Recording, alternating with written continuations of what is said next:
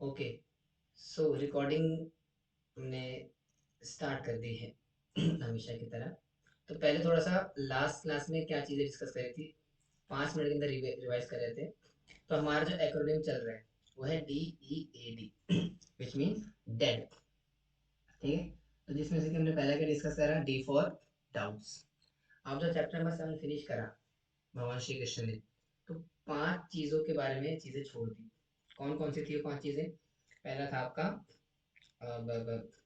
आत्मा, ब्रह्म, सकाम कर्म।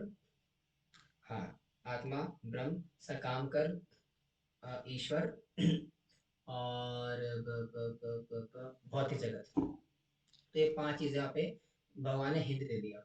अब 8 चैप्टर जब स्टार्ट होता है तो स्टार्टिंग वहीं से होती है। भगवान से पूछते हैं अर्जुन, सॉरी अर्जुन पूछते हैं भगवान से, भगवान ये 5 चीजों के बारे में बताओ।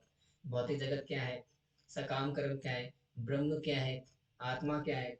ठीक है, तो भगवान फिर उसको समझाने का प्रयास करते, सिखाने का प्रयास करते। तो वही डाउट सेक्शन में था कि किस प्रकार से जो है अर्जुन के डाउट्स हैं जो कि भगवान श्री कृष्ण उसको सॉल्व करना चाह रहे हैं, समझाना चाह रहे हैं। ठीक है, वही डाउट्स आ रहे हैं उनके। फिर उसी डाउट्स के बाद स्क्रीन चली गई क्या? आ गई। ठीक है, नेट नेट का इशू है, तो आप मुझे बता दीजिएगा कमेंट सेक्शन में अगर कुछ ऐसा इशू है तो। ठीक है, हाँ, तो वही डाउट्स हैं इनके, अर्जुन के डाउट्स हैं जो कि भगवान श्री कृष्ण से पूछ रहे हो। फिर उसके बाद क्या होता है, भगवान ई एंड ऑफ लाइफ उन्हीं डाउट्स को लेकर के समझाने का प्रयास करते हैं और ये बताते हैं कि किस प्रकार से अंत में क्या करना है जीवन के। हमने देखा कि मृत्यु कभी भी आ सकती है, किसी को भी आ सकती है, कैसे भी आ सकती है, कहीं पर भी आ सकती है। तो हमें क्या करना है, प्रिपरेशन करनी है किसके लिए, मृत्यु के लिए। मैंने लास्ट टाइम में प्रभुपाद जी का कोट भी दिया था। इस प्रकार से प्रभुपाद जी बता रहे हैं कि हमारा हमने पूरी जिंदगी भर कितना अच्छे से कृष्णा कॉन्शियसनेस को प्रैक्टिस करी है, इस बात का टेस्ट पता चलेगा एंड में जा करके, एंड ऑफ लाइफ के अंदर, कि कितना ज्यादा आप भगवान का नाम ले पा रहे हो। ठीक है, अगर आपको क्या आपको अंत नारायण स्मृति हो रही है, नहीं हो रही है, इस बात से पता लगेगा कि आपने पूरी जिंदगी भर किस प्रकार की भक्ति करी है। तो वो एंड ऑफ लाइफ में आता है। अब इसके बाद जो नेक्स्ट सेक्शन है हमारा वो है अटेनिंग द सुप्रीम। अब एंड ऑफ लाइफ में तो हमने भगवान का नाम ले दिया, समझ गए, लेकिन अब भगवान की प्राप्ति कैसे करनी है, हाउ टू विन, या बोलो हाउ टू कॉन्कर सुप्रीम। भगवान को किस प्रकार से काउंटर करना है, किस प्रकार से भगवान को अचीव करना है, आज थोड़ा सा देखने का, समझने का प्रयास करेंगे। ठीक है, तो कृष्ण को स्मरण करने के तरीके, क्या क्या तरीके हैं भगवान को रिमेम्बर करने के, क्या क्या तरीके हैं कृष्ण को, कृष्ण का स्मरण करने के लिए, उनसे अपनी प्रीति बढ़ाने के लिए। तो क्या श्लोक आ रहे हैं जरा पढ़ते हैं। कविम कविम पूर्णामनुशास्तिस, कविम पूर्ण कमि कमि कविम पूर्णामनुशास्ति, तारामृणो यां समुक् स्मेधरा स्मेधा सर्वस्य धातरामिच्छन्तरूपादित्वन्नतमसा परस्ततान्।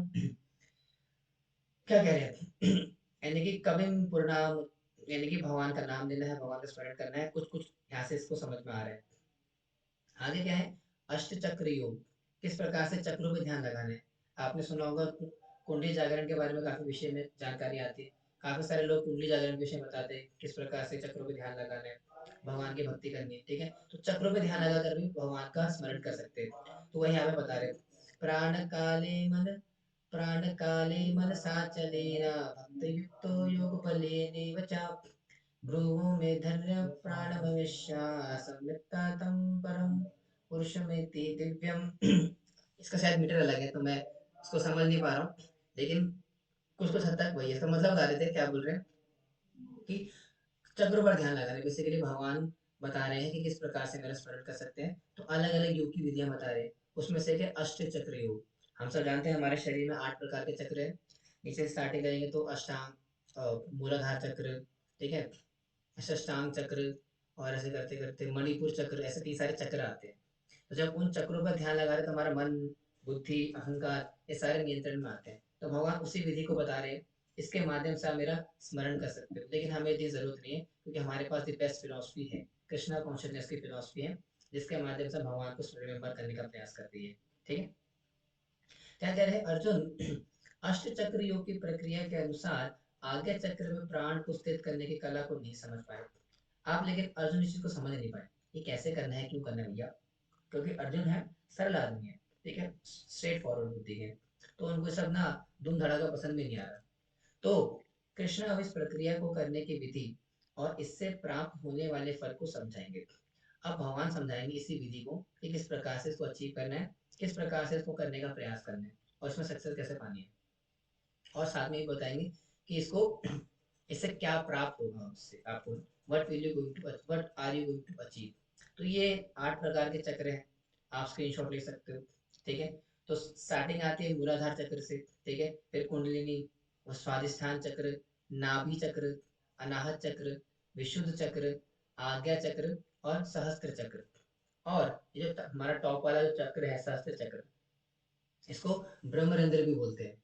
ब्रह्मरंध्र क्यों बोलते हैं? क्योंकि जो योगी जन होते हैं, जो कि पूरी तरीके से योग साधना में लीन होते हैं, ठीक है, और पूरी तरीके से क्या करते हैं, अपने आप को योग में पूरी तरीके से अपने आप को अनुरूप कर लेते हैं, पूरी तरीके से झोंक देते हैं। तो ऐसे व्यक्ति क्या है, ऐसे व्यक्तियों की जो आत्माएं होती हैं वो सहस्त्र चक्र से, यानी कि जो ब्रह्मरंध्र है वहां से निकल करके आती है। ठीक है, ठीक है, तो सहस्त्र चक्र से उनकी आत्मा निकलती है। ठीक है, तो ऐसे लोग क्या है, योगी कहलाते हैं। तो भगवान बता रहे हैं कि किस प्रकार से ये 8 चक्रों पे ध्यान लगाना है। और चक्रों पे ध्यान लगाने से क्या होगा, मन, बुद्धि, अहंकार, 5 प्रकार की वायु, ये सारी नियंत्रण में आती है।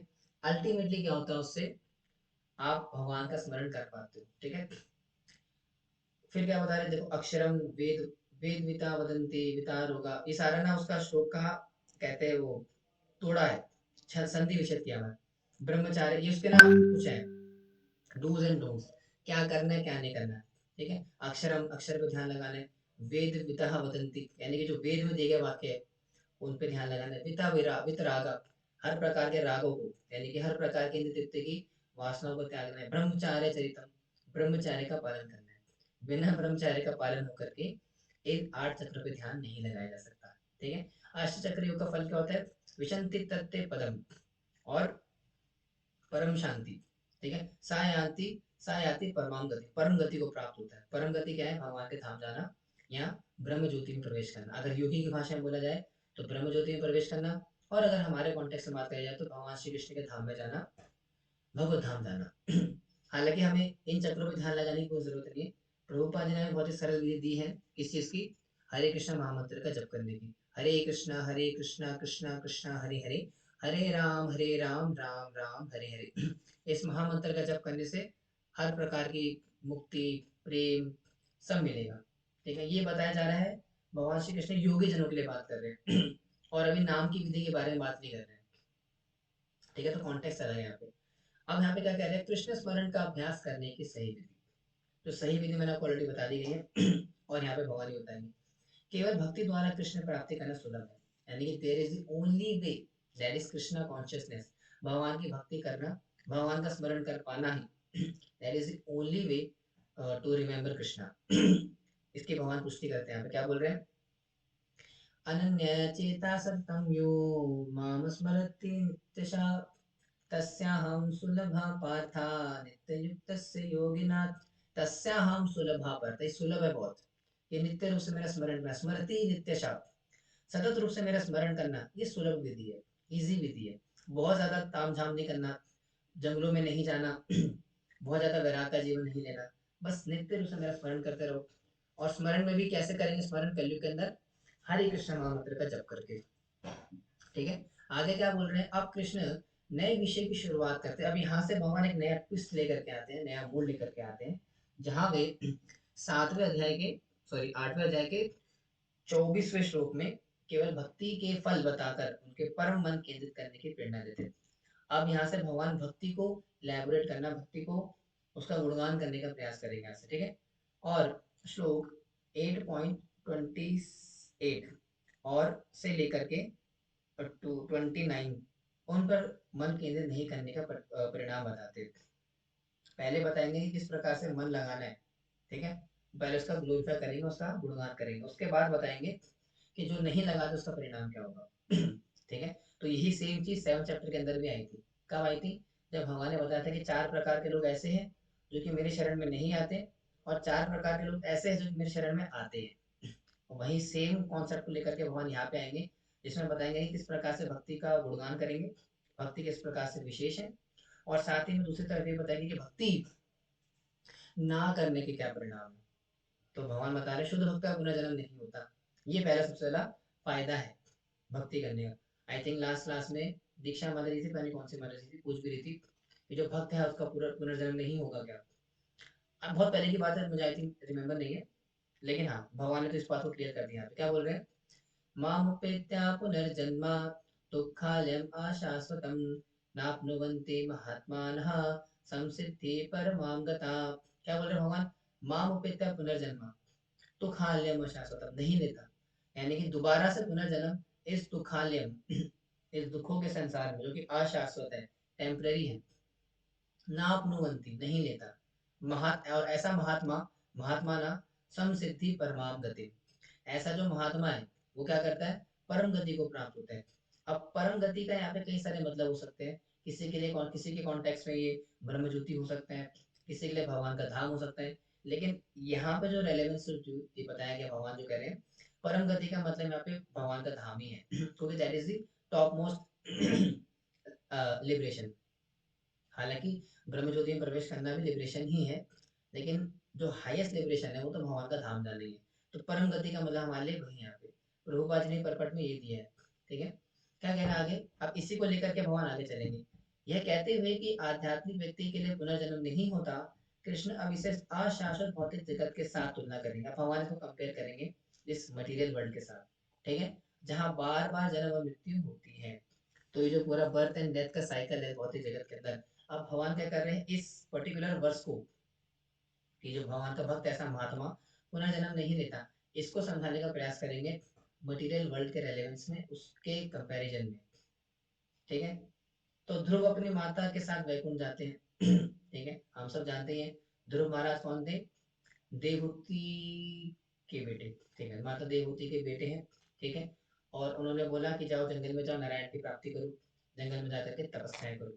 तो क्या करा भगवान ने जाकर के, सॉरी ध्रुव महाराज ने क्या करा, तपस्या करी जाकर के और भगवान को प्राप्त किया और भगवान के साथ बैठ करके वैकुंठ की ओर गए तो कुछ एग्जाम्पल्स आ रहे हैं, एग्जाम्पल है ये एक तरीके का, किस प्रकार से भगवान की भक्ति करके, भगवान का स्मरण करके, स्मरण मात्र करने से परम गति को प्राप्त हुई ध्रुव महाराज और आगे क्या कह रहे, ओके, कृष्ण के धाम को छोड़कर सभी लोगों में पुनर्जन्म होता है, यानी कि भगवान के धाम तक जब तक आप नहीं गए, वहां जाने से पहले तक आपको पुनरपि जननम पुनरपि मरणम पुनरपि जननी जठरे शयनम ए संसारे बहुत दुस्तारे कृपया तारे पाहि मुरारे। शंकराचार्य जी ने बोला ना, पुनरपि जननम पुनरपि मरणम पुनरपि जननी जठरे शयनम, ये संसार है बहुत दुस्तारे कृपया तारे पाहि मुरारे। हे मुरारी, कृपया करके इस दुखालय मशास, इस दुख भरे संसार से, जो कि जहाँ बार बार जन्म बार बार मृत्यु होती है, ऐसे संसार से मुझे कृपा करके मुक्ति दीजिए शंकराचार्य जी भी बोल रहे थे। और जब भगवान के धाम पहुंच जाते हैं उसके बाद दोबारा नहीं आना पड़ता, वही भगवान यहाँ पे बोल रहे हैं, क्या बोल रहे, अब्रह्मा अब्रह्मा भुवना लोका पुनरावृत्ति अर्जुनो मामुपेत्य तु कौन्तेय पुनर्जन्म न विद्यते। लास्ट वाली लाइन इंपॉर्टेंट है, मामु मामुपेत्य तु कौन्तेय पुनर्जन्म न विद्यते। मामुपेत्य तु कौन्तेय, जो मुझ तक आ जाता है, मुझ तक आने का मतलब है भगवान का धाम, वैकुंठ या गोलोक वृंदावन। माँ उपेत्य तू कौनते, अगर कौनते जो मुझ तक आया था ना, पुनर्जन्मा न विद्यते, उसका, उस व्यक्ति का दोबारा पुनर्जन्म नहीं होता, वो दोबारा से भौतिक संसार के अंदर नहीं आता। That is the special thing about Krishna's planet. भगवान की भक्ति करने का विशेष गुणगान है। अगर आप ब्रह्म ज्योति के लेवल तक भी आ गए हो, उसके बाद भी पूरी पूरी संभावना है कि आप दोबारा से भौतिक संसार में गिरोगे ही गिरोगे। लेकिन once you have achieve the highest planet, that is Golok Vrindavan, then there is no need to come back in this material world। ठीक है, हर किसी का पुनर्जन्म कर्म के अनुसार नियंत्रित है ना, हमने 7 चैप्टर डिस्कस करा था किस प्रकार से दो जो फैक्टर्स थे, पहला फैक्टर क्या था, चेतना। ठीक है, यम यम वापि स्मरण भावम तज्जत अंते कलेवरम तम तमे विधि कौन्तेय सदा तद भावा भाविता, यानी जिस प्रकार के भाव में अंत काल में शरीर को छोड़ोगे उसी प्रकार का शरीर प्राप्त होगा। ठीक है, और दूसरा कर्म, जिस प्रकार के कर्म करोगे उन्हीं कर्मों के बेसिस पे आपका अगला जन्म डिसाइड होगा, वही भगवान यहाँ पे बता रहे हैं। आगे क्या कह रहे हैं, यह श्लोक 26 है। 26 की पहली दो पंक्तियों में कहा गया है और इसका श्लोक 27 से 22, हाँ 27 से 22, सॉरी जो 16 था, ये 17 से 22 में विस्तार से वर्णन किया गया है। श्लोक 26 16 की अंतिम दो पंक्तियों में वर्णित भगवान के धाम के बारे में और 20 से 22 श्लोकों में विस्तार से वर्णन किया गया है। तो ये कुछ रेफरेंसेस है जहाँ जहाँ पे भगवान के धाम की चर्चा आ रही है। अब यहाँ से कुछ कैलकुलेशन आने वाली है, ठीक है। साइंटिस्ट जो लोग हैं इसके पीछे बड़ा पड़े रहते हैं और आपने कई सारी यूट्यूब वीडियोस में देखा भी होगा कि किस प्रकार से इस वाले श्लोक को लेकर के ये एक्सप्लेन करने का प्रयास किया जाता है कि जो सनातन धर्म है हमारा वो कितना ज्यादा विशाल है, प्रगाढ़ है और किस प्रकार से जो एक थ्योरी चली है ना मार्केट के अंदर, आई थिंक वो क्या बोलते हैं, टाइम टाइम रिलेवेंट थ्योरी, ऐसे कुछ थ्योरी है जिसमें कि कहा जाता है कि ना अलग अलग जगहों पे अलग अलग टाइम होता है और इसका सबसे पहला प्रमाण मिलता है भगवद गीता के अंदर। कैसे, जरा देखते हैं क्या प्रमाण है। तो क्या बोल रहे हैं, सहस्त्र युगो सहस्त्रायुगो सहस्त्रायुगा गपर्यंता महेद्या ब्राह्मणो विदुत रात्रियुग सहस्त्रांतां तेहो रात्रि विदो जना। अब थोड़ा सा यहाँ पे थोड़ा दिमाग लगेगा कि किस प्रकार से ब्रह्मा जी का एक दिन और हमारे जो एक दिन में कितना बड़ा अंतर है, इसको समझने का थोड़ा प्रयास करते हैं। हम सब जानते हैं ब्रह्मा जी की आयु कितनी है, एनीवन कमेंट सेक्शन में लिखिए। ब्रह्मा जी की आयु कितनी है, how many years did Brahma live, किसी को पता है ब्रह्मा जी कितने साल जीते हैं, क्या आयु है ब्रह्मा जी की। थोड़ा सा इंटरेक्टिव करते रहते हैं ना ताकि आप बोर ना हो ब्रह्मा जी की आयु, what is the age of Brahma, नहीं पता, ठीक है। तो ब्रह्मा जी की आयु जो है वह 100 वर्ष, ठीक, 100 साल की आयु है ब्रह्मा जी की। आप बोलेंगे प्रभु 100 साल तो बहुत पहले बीत चुके, तो ब्रह्मा जी मर गए होंगे। जरा समझने का प्रयास करते कैसे। तो कलयुग जो होता है 4,32,000 साल का होता है, हम सबको पता है। द्वापर युग जो है 2 लाख साल का है, 20 लाख साल समवेयर अराउंड, ठीक है। त्रेता युग जो है 36 लाख के आसपास का है और सत्ययुग भी है 4 लाख के आसपास, 8 लाख के आसपास है। तो ये अप्रोक्सीमेट दिया गया है। एग्जैक्ट डेटा मैं आपको अगर बताऊं अपने नोटबुक में से, नोट्स में से, तो आई थिंक क्योंकि हमारी क्लास हुई थी ना तो हमें बताया गया था वरहा एकादशी के दिन, उसमें बताया गया था। तो अगर मिल जाता तो बता देता हूँ आपके भले के लिए, नहीं मिलेगा तो फिर इसी में से काम चलाना पड़ेगा। जस्ट अ सेक, यहाँ नहीं है, आई थिंक दूसरी नोटबुक में होगा जो नोट्स बना रखे हैं मैंने, यहाँ तो नहीं। एनीवे, तो इस प्रकार से ये अलग अलग युगों का टाइम है अब क्या है, एक महायुग के अंदर एक दिव्य युग होता है ठीक है। एक महायुग का उसके अंदर एक दिव्य युग बोला जाता है, ठीक है। युग चक्र चलता है और एक दिव्य युग में यानी कि एक महायुग में 4 युग होते हैं। हम सब जानते हैं कौन कौन से, सतयुग, कमेंट सेक्शन में आप लिख सकते हो, सतयुग, त्रेता युग, द्वापर युग, कलयुग, हालांकि मैंने बोल ही दिया, ठीक है। तो ये पूरा एक चक्र बना, ठीक है, जो कि कितना बराबर किसके बराबर है, 4 लाख जो है हमारा कलयुग, 3 लाख 6 लाख त्रेता युग, ठीक है, और कितना है 8 लाख जो हमारा द्वापर युग, और उस समय अराउंड 8 लाख के आसपास हमारा सतयुग भी है, तो टोटल हो गया 20 लाख। तो ये 20 लाख साल का पूरा एक बन गया एक महायुग, ठीक है। चारों युगों को मिला करके 20 लाख का बन गया। फिर होता है मनवंतर। अच्छा मैं ज्यादा बताऊंगा तो आपको थोड़ा कंफ्यूज हो जाओगे, भागवत में अंदर बहुत डिटेल में आता है मनवंतर क्या है, ठीक है, किस प्रकार से कल्प वगैरह होते हैं अभी जितना बता रहा हूं उतना सुन लो बस, ठीक है।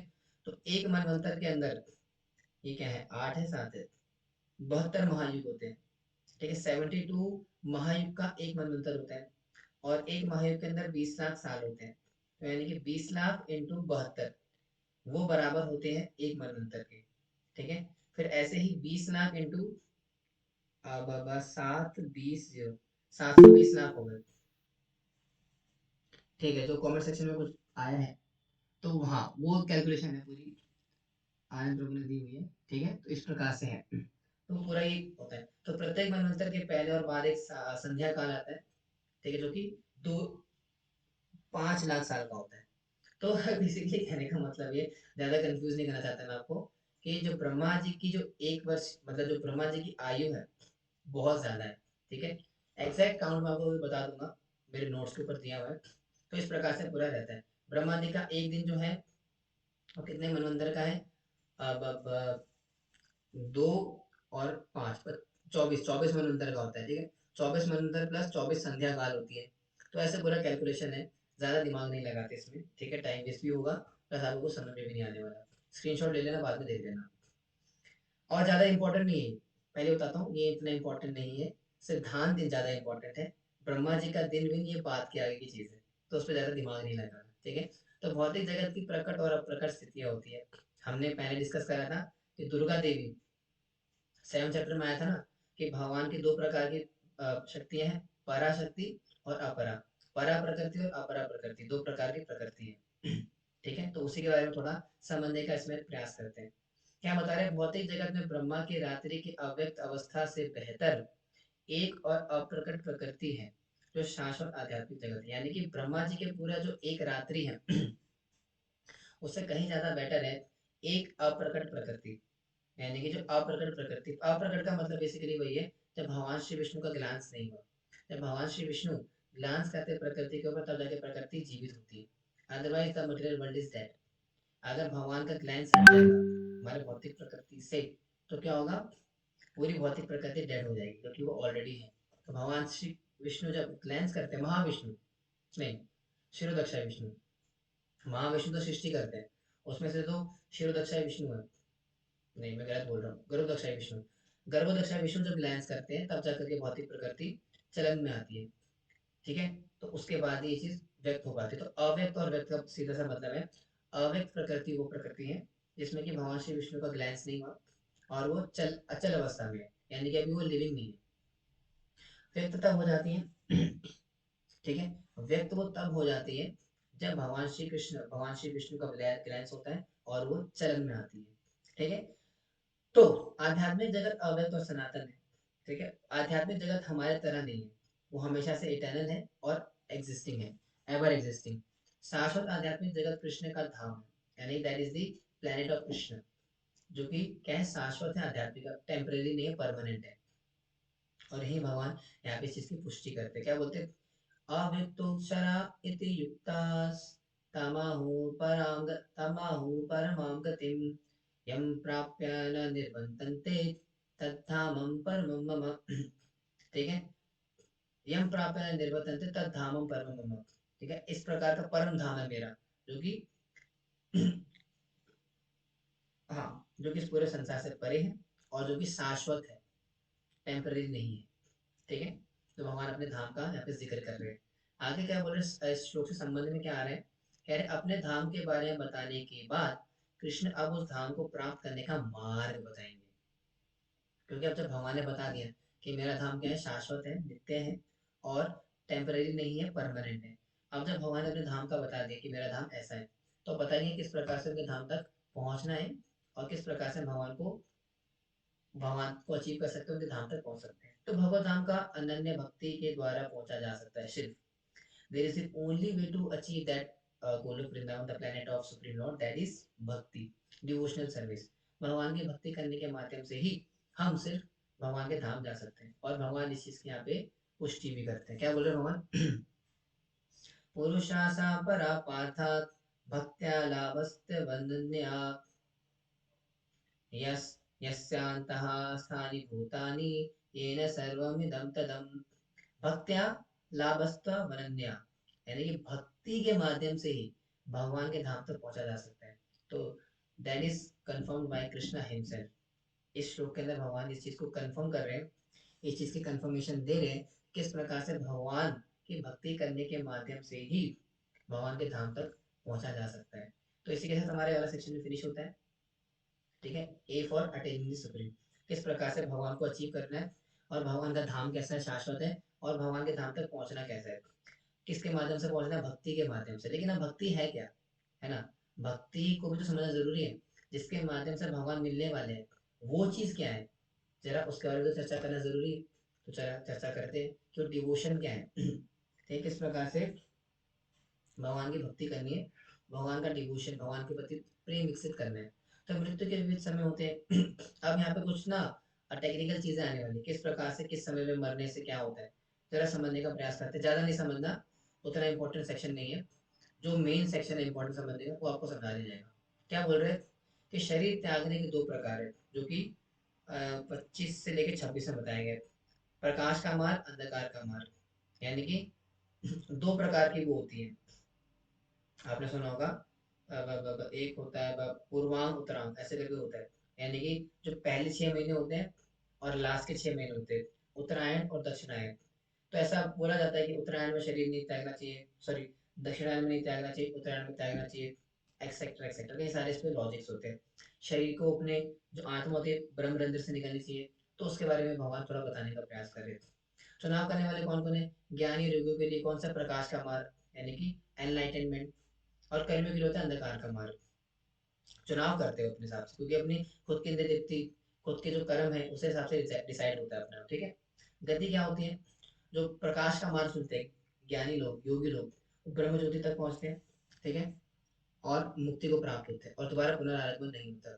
और जो कर्मी लोग होते हैं जो अंधकार का मार्ग लेते हैं उनको स्वर्ग की प्राप्ति होती है, मैक्स टू मैक्स स्वर्ग लोक चले जाएंगे, थोड़ा इंद्रिय तृप्ति करेंगे, भोग भाग करके फिर वापस से भौतिक जगत में आ जाएंगे। तो ये दो डिफरेंट काइंड ऑफ शरीर त्यागने के तरीके, प्रकाश का मार्ग और अंधकार का मार्ग। इसमें कई सारे टर्म्स आते हैं, उत्तरायण दक्षिणायन में शरीर को त्यागना, दिन के समय ना, दिन के समय त्यागना, शाम रात के समय नहीं त्यागना। हो सकता है शायद नेक्स्ट स्लाइड में वो चीज अवेलेबल भी हो जाता है, मुझे लग रहा है। हाँ। तो अलग अलग प्रकार के कुछ कुछ देवताएं होते हैं, थोड़ा देख लेते हैं। अगर योगी का शरीर छोड़ना निम्नलिखित देवताओं द्वारा मार्गदर्शित किया जाता है। इस प्रकार से जो योगी का शरीर है इन सारे देवताओं द्वारा मार्गदर्शित होता है। प्रकाश के देवता, दिन के देवता, शुक्ल पक्ष के देवता, 6 महीनों के देवता जो मैंने बताया था ना, उत्तरायण और दक्षिणायन, उनके भी देवता होते हैं। शुक्ल पक्ष के देवता और वर्षा के देवता, इन सारे देवताओं के द्वारा कंट्रोल होता है योगी का शरीर छोड़ना। क्योंकि जो योगी होता है तपस्या के द्वारा, साधना के द्वारा अपने आप को इतना तपा लेता है कि जो सारे प्रकार के देवता होते हैं ठीक है, ये हेल्प करते हैं उसका शरीर को इस प्रकार से लीव करने में। तो भगवान के पास है, उन्हें ब्रह्म में लेकर जाते हैं, ठीक है।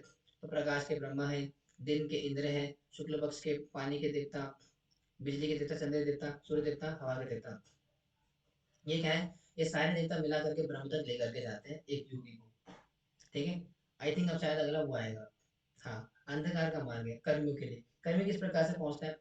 ठीक है, आकाश के देवता, पितृलोक के देवता, वर्षा के देवता, कृष्ण पक्ष के देवता, कृष्ण पक्ष के दो भाग मार्ग, ठीक है, रात्रि के देवता, धुएं के देवता। तो ये सारे मिलकर के कर्मी को लेकर के जाते हैं उसके डेस्टिनी तक, और उसकी डेस्टिनी क्या है? स्वर्गलोक, ठीक है। तो फर्दर कंट्रोल कौन करता है? जो मेन कंट्रोलर है चंद्र देवता है, पुण्य कर्म समाप्त करते हैं और पृथ्वी पर वापस आते हैं। यानी कि जो कर्मी है, आपने जब पुण्य कर्म कर लेता है, ठीक है, तो इन सारे देवी देवताओं के माध्यम से शरीर छोड़ता है, स्वर्ग की प्राप्ति करता है। और फिर जो चंद्र देवता है उसके सारे प्रकार के पुण्य को समाप्त करके फिर से उसको पृथ्वी पर ले आते हैं, ठीक है। तो इस प्रकार से दोनों का डिवीजन अलग अलग है, किस प्रकार से कौन कहा जाता है हमारे इतना इंपॉर्टेंट नहीं है। हमारे इतना समय जरूरी है कि हमें भगवान की भक्ति करनी है, जो कि अभी आने वाली है, ठीक है। तो भगवान अब अर्जुन कुछ सोच रहे हैं। क्या सोच रहे हैं अर्जुन? अर्जुन सोच सकते हैं मैं इतनी वस्तुओं का कैसे ध्यान रख पाऊंगा, वेरी इंपॉर्टेंट। कृष्ण बताते हैं आपको उनकी चिंता करने की जरूरत नहीं है। यानी कि हमारे मन में सवाल आ रहा है, इतना ध्यान कौन देता है कि यहाँ से शरीर निकलना चाहिए, आत्मा यहाँ से निकले, ऐसे हो वैसे हो, इतना क्यों टेंशन पालनी है, इतनी क्या करना है ना, इतनी चिंता क्यों पालनी है? तो भगवान क्या बता रहे हैं यहाँ पे? भगवान बोलते हैं आपको चिंता करने की जरूरत नहीं है। क्यों? क्योंकि भक्ति के लिए क्या मार्ग है? नेति स्थिति पाता जाना, जान न्यायोगे मृत्यु कश्चन, तस्मात् सर्वेषु कालेषु योग युक्तो भाव अर्जुन। तस्मात् सर्वेषु कालेषु, हर प्रकार के काल में, समय में, योग युक्तो भाव अर्जुन, जो योग से युक्त करते हैं, जो योग को युक्त करके मुझ में करते हैं, यानी कि पूरे योग को मुझ में लगा करके करते हैं, वो मेरे भाव को प्राप्त करते हैं। यानी सिंपल सा लॉजिक है, हमें ज्यादा दिमाग नहीं लगाना, हमें बस भगवान की भक्ति करनी है और ऑटोमेटिकली सारे प्रोसेसेस अपने आप हो जाते हैं। जो भगवान के शुद्ध भक्त होते हैं, भगवान का भजन करते हैं, भगवान की भक्ति करते हैं, तो उनको इतना ज्यादा झंझट झंझट में पड़ने की जरूरत नहीं होती। भगवान वही समझाने का प्रयास कर रहे हैं। आगे क्या कह रहे हैं कि भक्ति योगी की सर्वोच्च स्थिति क्या है? वेदेशु यज्ञेशु तपसा, वेदे वेदेषु यज्ञेषु तपसु चैव दानेषु। अच्छा ये ऐसे नहीं, वेदेषु यज्ञेषु तपासु चैव दानेषु यत्पुण्यफलं प्रतिष्ठम् अत्येति तत्सा सर्वविदं विदत्वा योगे परं स्थानमाप्नोति चात्यम्। क्या बोल रहे हैं? वेदेषु यज्ञेषु तपासु चैव दानेषु पुण्यकर्म फला प्रतिष्ठम, यानी कि ऐसा व्यक्ति जिसने कि हर प्रकार के यज्ञ कर लिए है, हर प्रकार के दान प्रतिज्ञा कर लिए, लेकिन अत्यति तत्व सर्वमिदं विदित्वा योगिं परम, लेकिन इन हर प्रकार की योगियों में से कौन परम है? सानुभूति चाहते हैं, जो कि भक्ति करता है और मुझ तक आता है। तो यानी कि भगवान ने इसको पिछले चैप्टर्स में भी बताया है, इस प्रकार से जो भक्ति योगी सर्वश्रेष्ठ है।